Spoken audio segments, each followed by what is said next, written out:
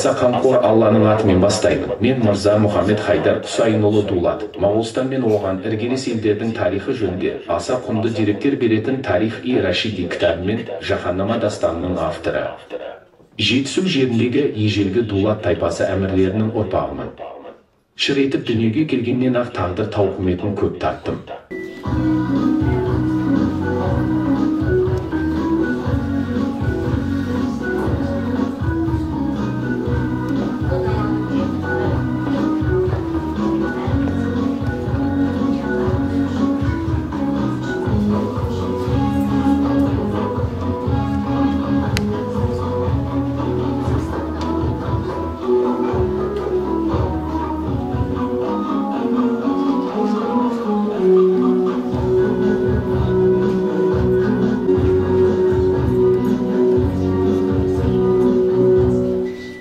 Бүгінгі күні біздің мектебімізде Мұхаммед Хайдар Дулати бабамыздың 525 жылдығы аталып өтуде. Мектеп 2000 жылдан бастап Мұхаммед Хайдар Дулати атындағы атау берілген. Мектеп негізі 1947 жылы ашылған. Жаңа ғимаратқа 2015 жылы кірдік. Сол осы жаңа ғимаратқа кіргеннен бастап Жайсан тауындағы Досымбаева Айман апайдың бастауымен ең алғашқы Жайсан тауларындағы археологиялық қазба жұмыстарына мектептің оқушылары, сол кезеңдегі мектеп директоры Байколовтың жүргізген археологиялық қазба жұмыстарында кезіндегі мұражай жасап, мұражай қазіргі күнге жұмыс істеуде. Қайырлы күн, бүгінгі салтанатты жиынның қонақтары, құрметті ұстаздар. Бүгін біз еліміздің қоғамдық саяси және мәдени өміріндегі аса бір айтулы оқиға, көрнекті мемлекет қайраткері, қолбасшы, ақын, ғұлама ғалым, Моғолстан мен оған іргелес елдердің тарихы жөнінде аса құнды деректер беретін Тарих-и Рашиди кітабы мен Жаһаннама дастанының авторы Мұхаммед Хайдар Дулатидің туғанына 525 жыл толу салтанатын атап өтуге жиналып отырмыз. Бүгінгі Мұхаммед Хайдар Дулатидің туғанына 525 жыл толуына орай өткізіліп отырған іс-шараның салтанатты ашылу рәсімін ашық деп жариялаймыз. Дулати Құсайынұлы Мұхаммед Хайдар 1499 жылы Ташкент өңірінде дүниеге келген. Қазақ халқын құраған ежелгі түркі тайпаларының бірі Дулаттан шыққан ойшыл ғұлама. Барша әлем тарих ғылымының атасы Геродот деп таныса, ал қазақ тарихының атасы Мұхаммед Хайдар Дулати бабамыз болып табылады. Қазақ тарихының құрылу аумағы мен нақты жылын көрсетумен қатар, тарихи көлемді еңбегін жасау арқылы бабамыз Мұхаммед Хайдар Дулати қазақ тарихының іргетасының дұрыс қалыптасуына да мол үлесін қосқан. Бақытым республикам Қазақстан, көгінде бүркіт самғап қыран ұшқан. Ардақтысың, қастерлісің мен үшін сен, баға жетпес байлығымсың Қазақстан. Хор, біргеміз. Қашап отпен суға түспедік, бақыт үшін бәрін істедік, бірлігіміз бойға күш беріп, сан сынақты кешкеміз.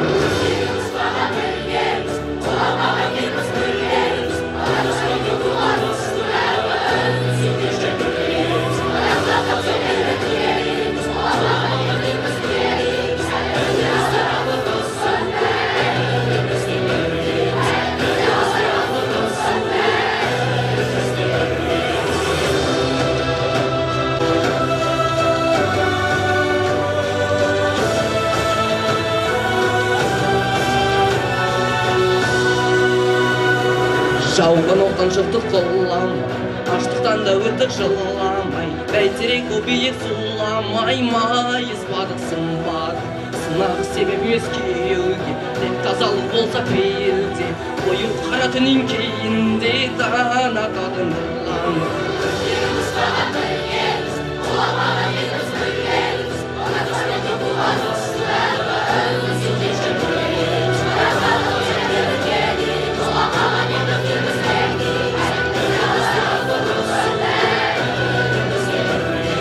Бүгінгі жиынның қонақтарымен таныс болыңыздар.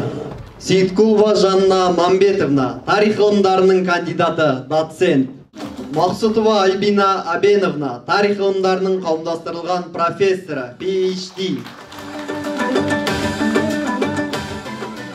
Ибраимов Нұржан Леспекович, тарих ғылымдарының магистрі.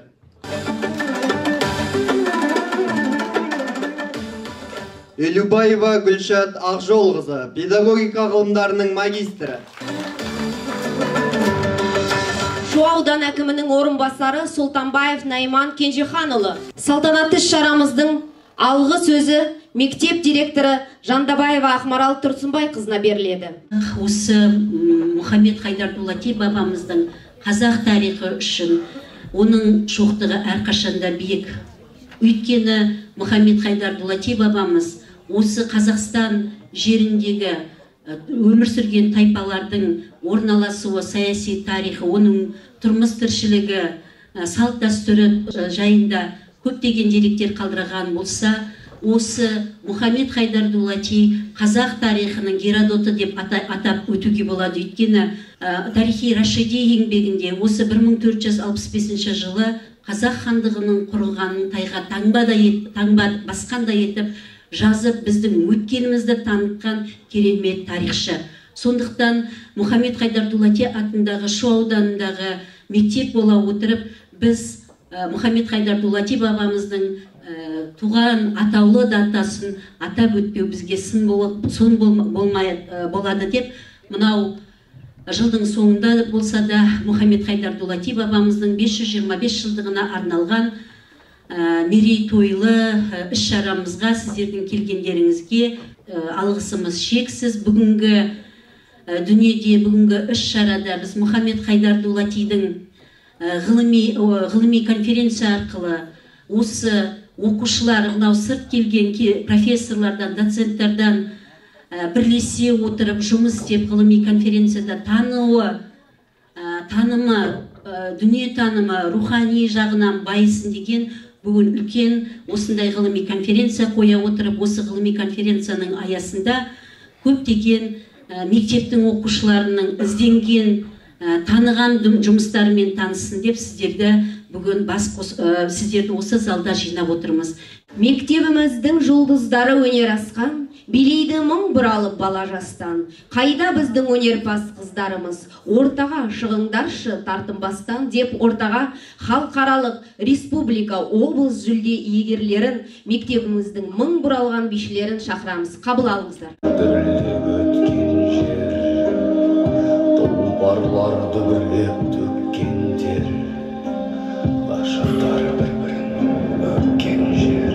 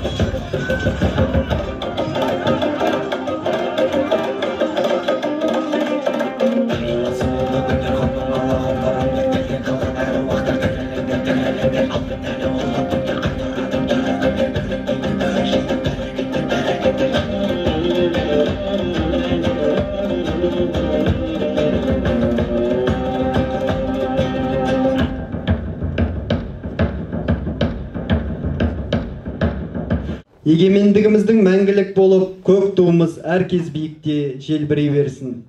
Қадірменді қонақтар, құрметті ұстаздар, сіздерге толағай табыстармен, сүбелі үлестермен, ыстық жүрекпен бүгінгі айтулы мерекеге арналған салтанатты мерекелік бағдарламамызда тәмамдап, көрнекті мемлекет қайраткері, қолбасшы, ақын, ғұлама Мұхаммед Хайдар Дулатидің туғанына 525 жылдығына арналған Мұхаммед Хайдар Дулати мұраларының тарихи танымдық тағылымдары атты облыстық ғылыми конференциямызды бастауға рұқсат берсеңіздер.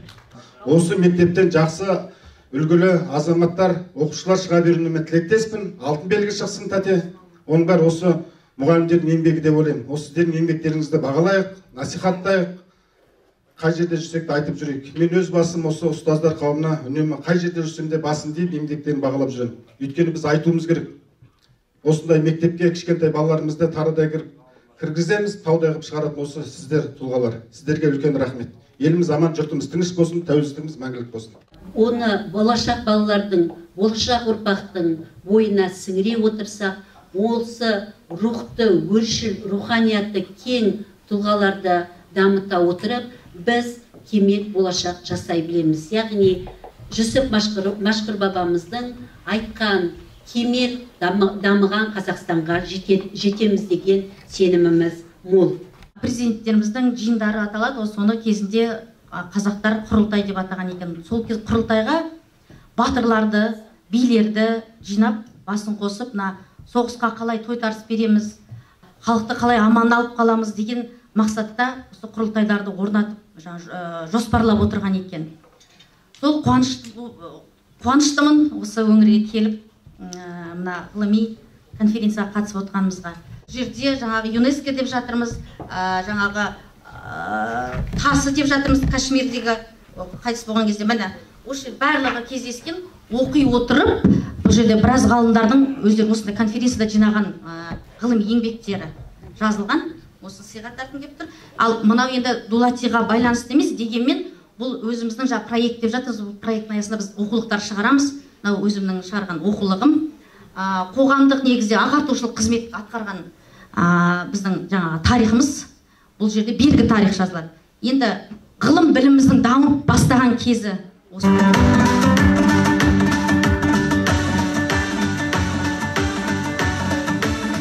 Тарихи Рашиди жаннама 2 кітапқа тоқталып өтті. Енді мен Мұхаммед Хайдар Дулатидің арғы тегі, ата тегі туралы, сосын мынау осы географиялық ашылулар туралы кішігірім ғана сіздерге мәлімдеме жасап берейін. Өзінің Мұхаммед Хайдар Дулатидің шығармашылығын насихаттаудың тиімді әдіс тәсілдерімен баяндамашы тарих пәнінің мұғалімі Бағымбекова Айгүл Әлімханқызы шығады. Саламатсыздар ма, құрметті қонақтар. Бүгінгі біздің мектебімізде аталып өтіліп отырған үлкен іс-шара Мұхаммед Хайдар Дулати бабамыздың 525 жылдығына арналады. Жалпы мектептің атауы осы мереке аясында жалпы бізге жақын Тараздан келген қонақтар, оқытушылар айтып өтті. Дулатидің жалпы қазаққа жақындығы, оның ішінде біздің Жамбыл облысы, әр облыста бетке ұстар оқу орны болатын болса, соның бірі бізде Тараз мемлекеттік университетінің тегін Дулати аталмауында. Дулати жалпы Дулати бабамыздың еңбектеріне келу үшін біз тек қана тарихшы ретінде емес, жалпы Дулати шығармаларын, Дулати мұрасын әдебиетші, тарихшы деп бөлмей, жалпы қазаққа, қазақ азаматына, қазақтың өскелең ұрпағына беретін мол мұра ретінде қарастыруымыз керек. Мұхаммед Хайдар Дулати шығармаларын насихаттаудың тәрбиелік мәні, жалпы Дулати қазақ тарихы мен мәдениетінде ерекше орны бар тұлға. Оның шығармалары мен тарихи дереккөз ғана емес, сонымен қатар рухани, адамгершілік, патриоттық тәрбиенің қайнар көзі болып табылады. Дулати мұрасын насихаттау арқылы жас ұрпаққа тәрбиелеуде маңызды құндылықтарды ұлықтауға болады. Думается, что высокий уровень развития культуры, образования времен позднего Средневековья обусловили стремление Дулати к осмыслению важных педагогических категорий. Необходимость обучения, стремление к наукам, осознание ведущей роли ученых людей, духовных наставников в обществе. Творчество Дулати является отражением основных тенденций эпохи позднего Средневековья, которая составляет основу его внимания к вопросам воспитания нравственных добродетелей, патриотических чувств воинского мастерства, идеалов духовности и эстетического вкуса. В нашей школе имени Мухаммеда Хайдара Дулати проводятся мероприятия, посвященные 525-летию Дулати. В нашу школу приехали гости из Тараза, из университетов и местного акимата. Мы проводили концертную программу, которая воодушевила многих зрителей, и все были довольны результатом. Все рассказывали интересные факты о Мухаммеде Хайдаре Дулати, выступали с прекрасными танцами и песнями. В моем докладе указывалось, что Мухаммед Хайдар Дулати, он был очень творческим человеком. Он написал прекрасное произведение «Тарих и Рашиди». Он был очень образованным и умным человеком. В нашей школе имеется исторический музей, в котором находятся артефакты из местного поселка или же из местного округа. Мухаммед Хайдар Дулати атындағы мектепте үлкен мына ғылыми конференция болып өтіп жатыр. Өте жоғары деңгейде өтті. Бұл мектептің ерекшелігі Мухаммед Хайдар Дулати атына берілгендіктен, яғни биыл бұл бабамыздың 525 жылдығына арналған жаңа ғылыми конференция болып өтіп отыр. Яғни ерекшелігі өте көп. Яғни бұл жерде Мухаммед Хайдар Дулатидің еңбектерін, яғни өмірін, шығармашылығын айта отырып, бұл орта ғасыр тарихымызға деген отансүйгіштік, патриоттық жаңағы сезімдерінің жаңағы жоғары екенін көрсетіліп отыр. Тағы ерекшелігі бұл мектепте археологиялық қазба жұмыстарынан табылған көптеген заттар, сақ дәуірі деп жатамыз, ежелгі Қазақстан жаңағы орта ғасырдағы тарихымыздағы табылған жәдігерлердің барлығын мектепте көрсетіп қойған өте керемет сезімге бөленіп отырмыз. Бұл сахналық көрініс Мухаммед Хайдар Дулатидің әйгілі тарихи Рашиди шығармасынан сыр шертеді. Еңбек орта ғасырлық орталық Азияның саяси әлеуметтік тарихын баяндайтын құнды дерек көз. Соның ішінде Қазақ хандығының құрылуы туралы мәліметтердің маңызды негізі. Ұлы даланың асыл текті оқыландары, Алтын Орданың ыдыраған тұсында жақ-жақ болып ұрысқан баянсыз қан төгістен көз ашпаған ұлыстар қатыгез шапқыншылықтан кім-кімнің де ел болып еңсе көтере алмайтынын күн өткен сайын уайымдай түскендей. Тілі бір, діні бір, қаны бір ұлыстардың алдында өзара бас біріктіріп, байрақ көтеріп, орда тігіп, орын қаламыз ба деген ұлысын тұрды. Тарихтан 1465 жылы бұдансыз елдік үшін жан алып, жан берскен шайқастар жүріп жатты.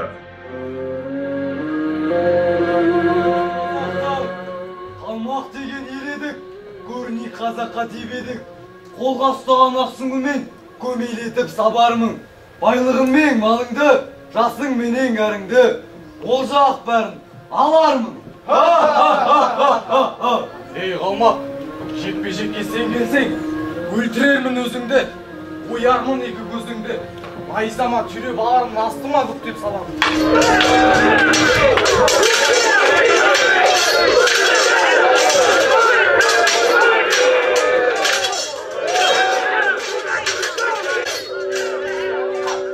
Туған ері, жау тырнағын алғызы, жер қойнына енді берем. Найзашын ашар жау, қызыл қанға малшыны, құрбан болдың жеріші, еңіредің өліші, тағдырға енді көнем.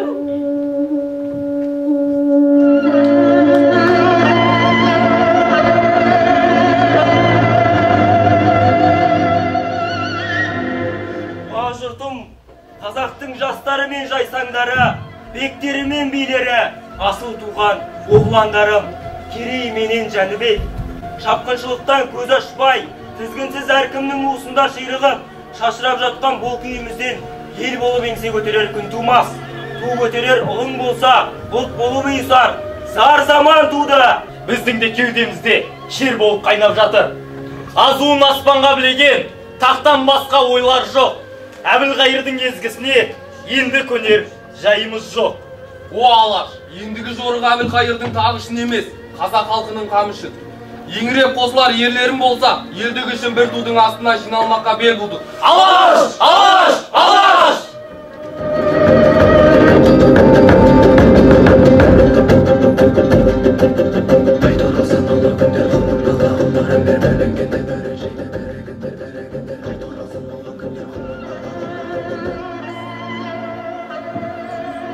Мен болсам, алтын орданың даңқын қалай көтерсем деймін. Ал бұлар болса, еркіндік дейді. Хан, қатыгез болмаса, етегіндегі жұрт ентелеп, кеудеңе шапшитын түрі бар. Моғолстан мен қазақ рулары бастарын біріктірмей тұрғанда, Моғолстанды шауып, Жәнібек пен Керейдің көзін құртқан жөн. Бабамнан қалған қайқы қылышының, тірі қалған дәмнің бәрі де тағдырдың жазғанына көніп, бағынып, ел болып еді. Ал бұлар болса, еркіндік, теңдік деп тепсінген оңғаймады. Аханем, Батынбек, сөйле. Шайбани әулетінен Көк Ордаға ие болдық. Халықтың басын қосып işlеп бара жатқанымызды ел біліп отырған жоқ па?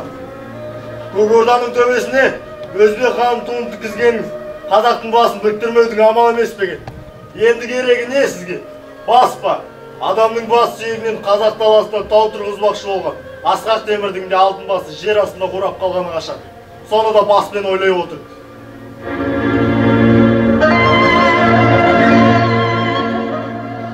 Сенің көкейіңді тескен Моғолстан басқарып отырған Шағатай ұрпағымен бірлесіп, өз алдыма орда тіксен деген ой менің де көкейімде сайрап тұр.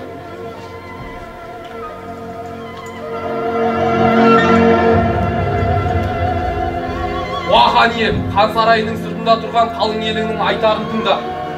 Баса көктеп сөйлеуге қарағанда, халықты хандығыма қарсы қойғаным болар.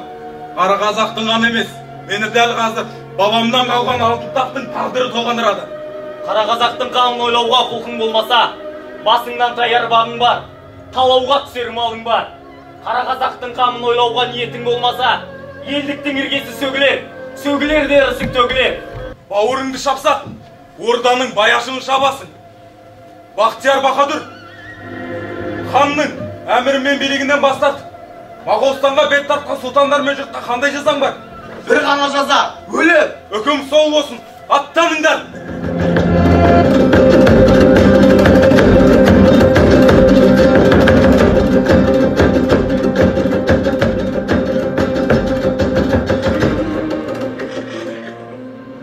Даланың батысында Еділ мен Жайыққа ел қондырып, күн шығысында Орху мен Ертісті, Алтай мен Тарбағатайды, түстектегі Тобыл мен Ертісті, оңтүстігіміздегі сонау Қытайдың тас қабырғасына дейін ел болып жайлаған жеріміз бар еді.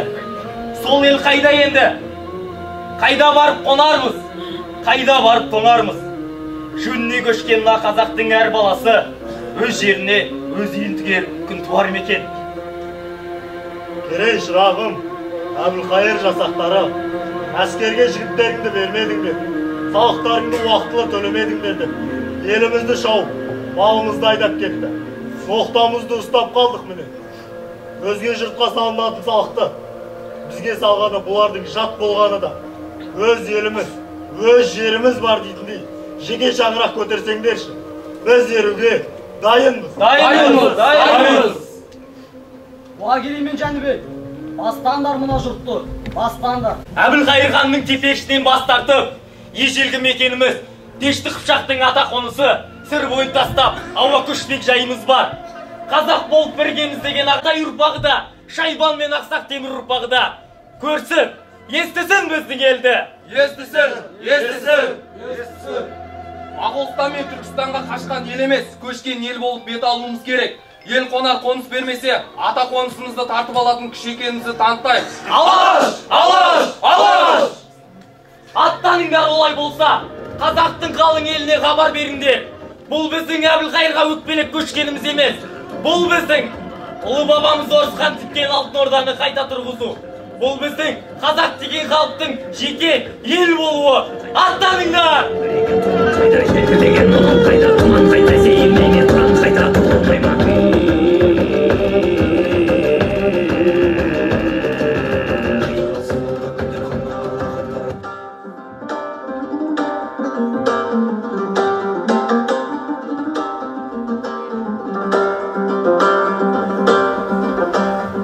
Ендігі жақсылар, мына бізді ұлы Моғолстан елін түстігімізден ойраттар, шығысымыздан қалмақтар, оңтүстігімізден Абу Сейд пен Жүніс сұлтандардың шапқалы жатқандарын жан сайларыңмен сезесіңдер ме? Жоқ әлде әрқайсының өз есептерің бар ма? Уа қане, құрымсқалдай қаптап бара жатқан қалмақ өз жеріне де сыймай барады. Олардың көрші елдерге шапқыншылығы тегін болмаса керек. Олар біздің хандарымыздың ауызбіршілігі болмағанын қолдан қалғылар бар олардың. Қанеп, хан, теріске беттен күн қатып, бір шабарман келіп тұр. Сізге айтар хабарым бар дейді. Оның айтар құпиясы бар ма екен? Құпия бола қоймас. Алып келген хабарымды хан кеңесі де білсе екен деп тілеп тұр. Кірсін. Қайдан келесің, кім жіберді? Сіз мекендеп отырған байтақ жерін теріске бетіне Барахан мен Болаттың ұлдары Жәнібек пен Керейдің соңында қалың көпір ел күтіп тұр. Қонысқылар жер сұрайды. Керей мен Жәнібек өзі қай маңда жүр? Қалың елдің дені кімде? Қазақ сұлтандары келе жатыр. О сұлтандар, осы күллі ел аман жұрт тыныш болса, ол да заманның бір байлығы. Сейхун дарияның арғы жағынан топарыла көшіп, таласты жағалай орнып жатқан елдің дені кімде? Өзіңіз білесіз, Ақ Орданың хандарының ұрпақтары Дешті Қыпшақты мекендеген Кең Сахараның арыстаны болып алысты, жолбарысы болып жылысты, қыраны болып самғады. Ендігі кезекте іргелес ел боларлық қонысы қонса, қоныс болар жер іздеп келген жайымыз бар. Уа ханем, қазірдің өзінде қазақ руларының біраз елі шу мен таластың бастаулар беткейін жағалап, анау Қошқар мен Жуанарықты жайлау қылып жайлап барады. Ендігі қазақ елі Көкше теңізге дейін барып жатыр. Мойынқұм жаққа бет алған ел бар.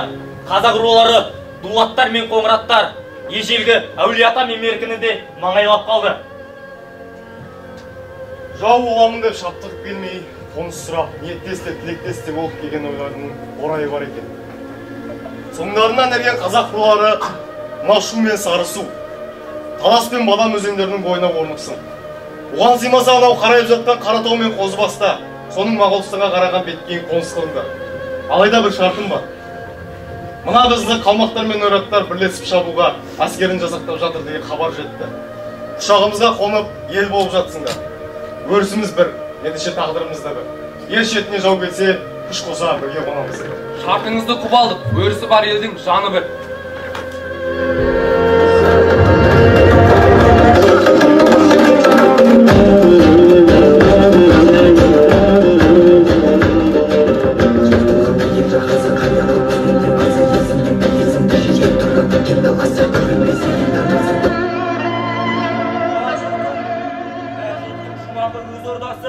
Бағынышсыз байрағы кел, елсіз ел, киесіз жер, хансыз орда болмас.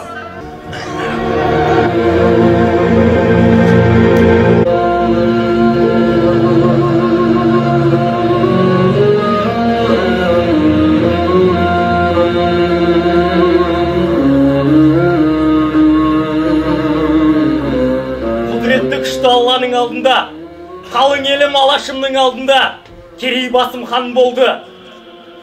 Қазақ руларының басын біріктіріп, қазақтың рухты ел екенін паш етуге ант етемін. Керей хан, хан Керей, хан Керей.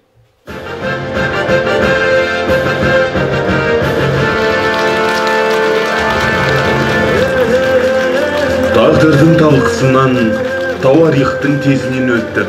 Көк бөрідей шарлады қыран құстай самғадық. Жауларының мысын басқан, достарына құшақ ашқан қазақ деген ел болдық. Шапағат нұрын шашқан, еңселі елдің адам екен жеріңді.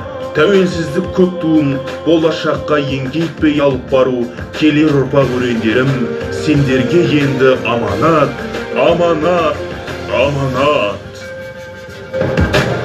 Арайлап таңым, асқақтап талым, ән ойнап бүгін күй тартты гүлім. Қол жетті міне аңсаған күнге,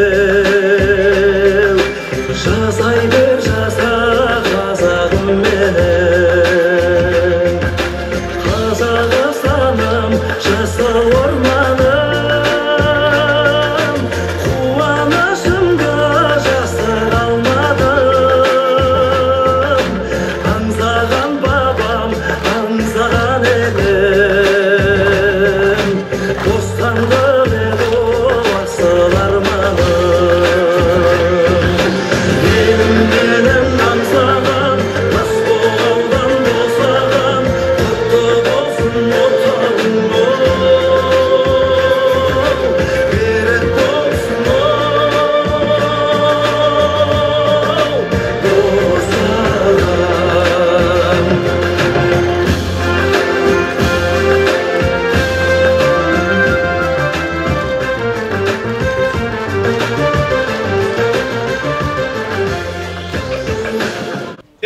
алланың пендесі, жақсылық жи, ертерек, жамандыққа ешкімде қарамайды құрметпен. Аларыңды аларсың, керегіңді байлықтан. Ақыллылар әдетте сол байлықтан қамыққан. Сол байлықты біреулер опасыз деп санаған. Сену керек дер едім, осыны айтқан данаға. Ие болу жақсатқа барлық жанның мақсаты. Дүниеде тозбайтын тек сол жалғыз жақсатың. Ағайынның қашанда ауыр жүгін арқалас, елдің қалын қайтсең де жақсартам деп жанталас. Қазақстан, ұлан байтақ кең далам. Қазақстан, өзіңе арна бән салам. Қазақстан ортақ біздің үйіміз, қазақпын деп бар әлемге жар салам. Республика, облыс, ауданымызда топ жарып жүрген 9-шы сынып оқушысы Гребенюк романның орындауында мен қазақпын әлі.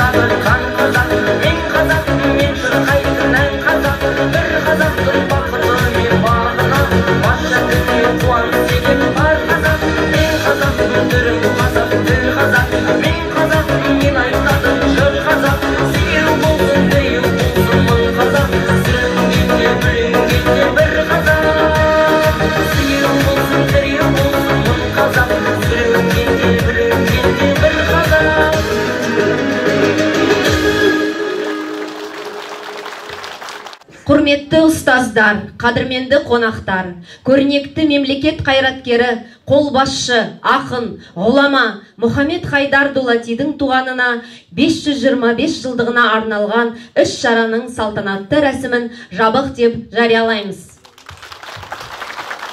Баршаларыңызға, әр отбасына, әр қазақстандыққа шынайы көңілмен бақыт береке тілейміз. Еліміз аман, жұртымыз тыныш болсын. Осымен бүгінгі шарамыз аяқталды. Тамашалағандарыңызға көп рахмет. Келесі кездескенше аман сау болыңыздар.